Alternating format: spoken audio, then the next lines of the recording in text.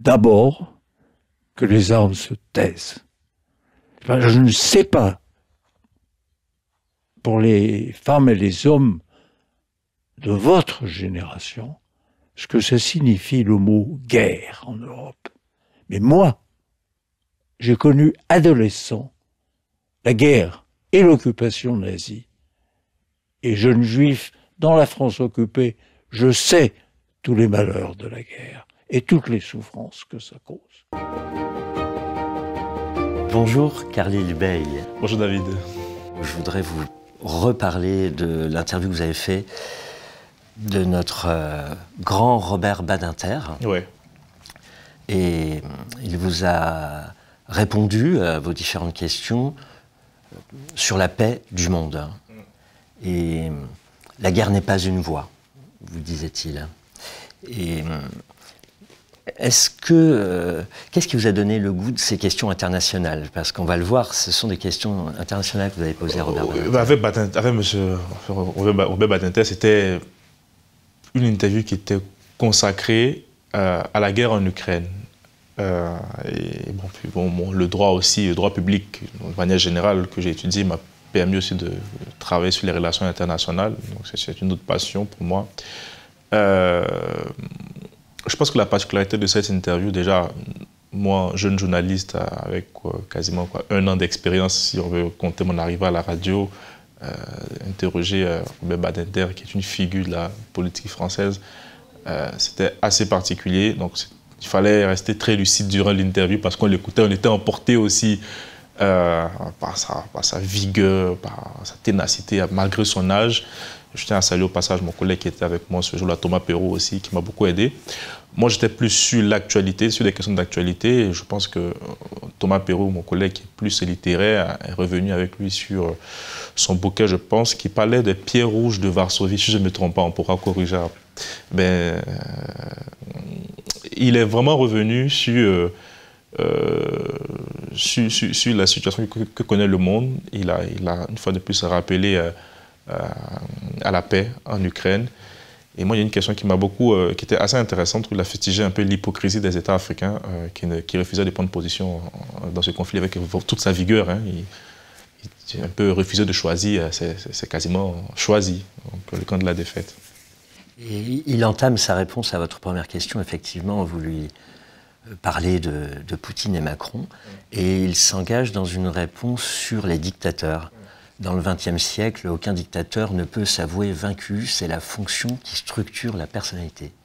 Vous y croyez, comme juriste et aussi comme citoyen ivoirien, c'est la fonction présidentielle qui amène des fois au caractère dictatorial? C'est vrai que le pouvoir change. Lorsqu'on est dans l'action et qu'on dispose de certains privilèges, certains pouvoirs, je pense qu'on est souvent tenté. Après, c'est une tentation, hein, c'est de toujours se rappeler d'où on vient, comme on dit chez nous, et puis rester assez lucide. Donc oui, le président Poutine est dans un pays, un grand pays, la Russie, par son histoire, par sa géographie, par sa superficie, mais il n'est pas le seul. Il y a aussi d'autres présidents aussi qui ont cette tentation-là un peu dictatoriale. Mais c'est là où on voit la nécessité de l'état de droit. Max Weber disait l'état de droit, c'est la politique saisie par le droit. Donc c'est pour ça qu'il est important, et je pense que Robert Badinter aussi a lutté toute sa vie pour ça, de pouvoir maintenir toujours la situation politique sous le contrôle juridique, sans pour autant tomber dans ce que d'autres ont appelé le gouvernement des juges. Voilà, ça permet de rationaliser un peu l'action politique de nos dirigeants. Il n'y a pas de parlement en dictature, fait remarquer Robert Badinter. C'est plus des chambres d'enregistrement. Parce que la Douma russe, par exemple, est à la botte du président Poutine, mais ce n'est pas le seul. Hein. Il y a d'autres aussi pays où le Parlement ne fait que valider toutes les décisions présidentielles.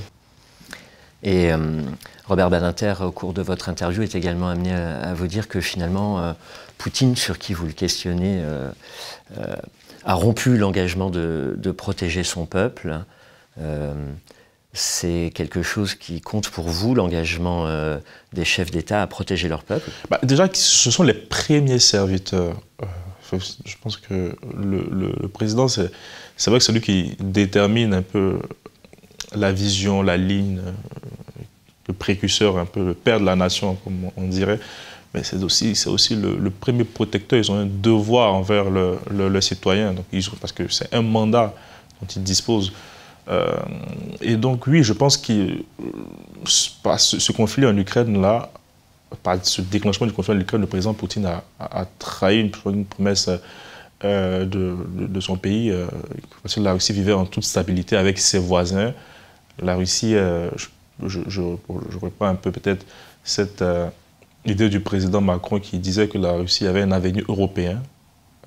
Et aujourd'hui, c'est plus un isolement qu'autre chose.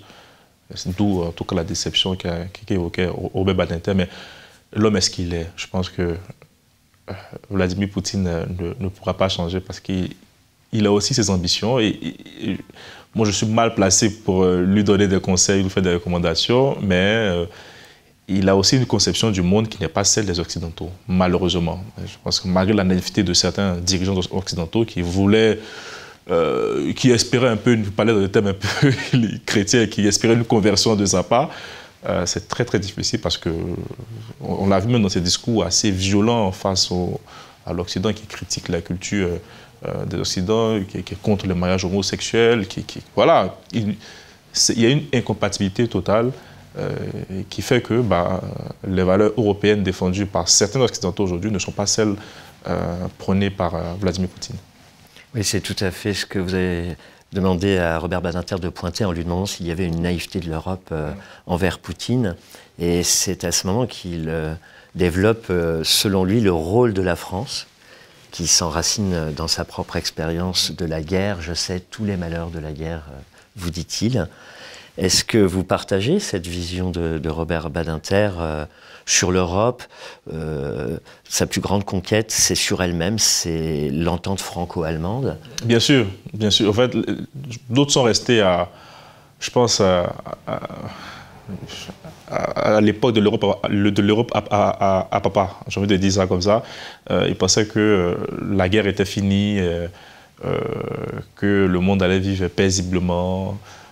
Mais déjà, je pense que concernant l'Ukraine, les premières manifestations, ou déjà la première guerre d'annexion qui avait déclenché Poutine, démontrait la fébrilité. Et donc, ce petit cocon-là des accords de Minsk, vous savez, ce club mené par la France, l'Allemagne et la Russie et l'Ukraine pour essayer de trouver un accord, était quasiment voué à l'échec parce que, comme je l'ai dit, Vladimir Poutine ne parlait pas le même langage que les Européens. Et donc c'était un peu un coup de pied dans l'eau.